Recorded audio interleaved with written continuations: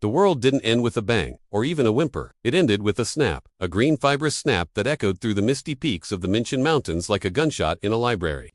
For centuries, they were the Zen masters of the animal kingdom, the roly-poly icons of peace, the monochromatic darlings of the World Wildlife Fund. We thought they were lazy. We thought they were cute. We were wrong. In the autumn of the Great Shortage, the fog didn't just roll into the Sichuan province. It settled like a funeral shroud. The bamboo, the lush, emerald lifeblood of the forest didn't just die. It vanished. Overnight, the flowering death took the stalks, leaving behind nothing but gray, skeletal husks, and a silence so heavy you could drown in it. And that's when the eyes changed. You know the eyes, those soulful, black-patched peepers that look so good on a tote bag. Well, when the stomach starts screaming, the soul moves out. Imagine, if you will, a creature that spends 14 hours a day chewing.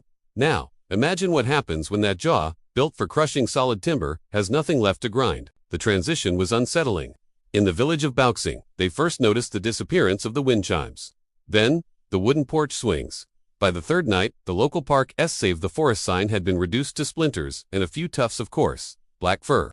It turns out, when you're a 300-pound bear with a digestive system optimized for fiber, hangry isn't a strong enough word. It's a biological crisis with claws. The Great Panda Purge had begun, and the first rule of the mountain was suddenly, terrifyingly clear. If it's brown or green, it's a snack. If it's breathing, it's a competitor.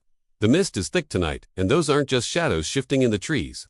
That low, rumbling sound, that isn't thunder. It's a collective, monocultural stomach growling for justice. Welcome to the forest. Please, try not to look like a vegetable. The authorities called it ecological stress. The locals called it the velvet shadow. As the shortage intensified, the pandas began to move with a terrifying, silent efficiency that defied their clumsy reputation. They weren't rolling down hills anymore. They were stalking them. Scientists scrambled, clutching their clipboards and soy milk lattes, trying to explain why the world's most specialized herbivores were suddenly eyeing the wooden handles of their shovels with romantic intensity. It's a dark irony, really. We spent decades trying to get them to breed, and now that they finally had a motive, pure, unadulterated spite, we couldn't get them to stop. The sanctuaries became fortresses.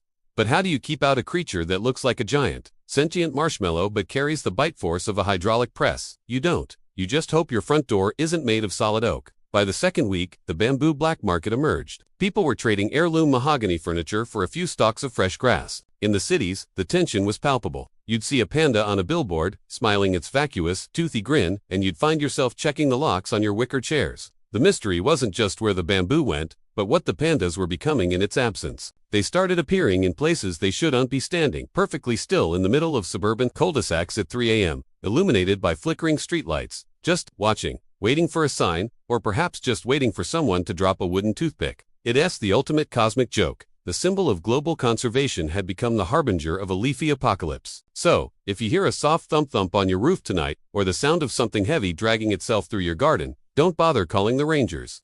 They're busy protecting the lumber yards. Just sit quietly, hold on to your wooden spoons, and remember, in the world of the Great Purge, the fluff is just a facade, and the hunger is the only thing that's real. If you felt the chill of the velvet shadow and survived the snap of the Great Purge, then don't leave yourself in the dark. Subscribe and hit the notification bell to join our search for the truth behind the forest's deepest mysteries. The bamboo may be gone, but the secrets are only just beginning to sprout. And you want to be the last one standing when the mist rolls back in for our next investigation.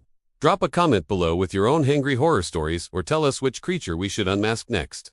And remember, stay sharp, stay curious, and for your own sake, keep your wooden furniture under lock and key.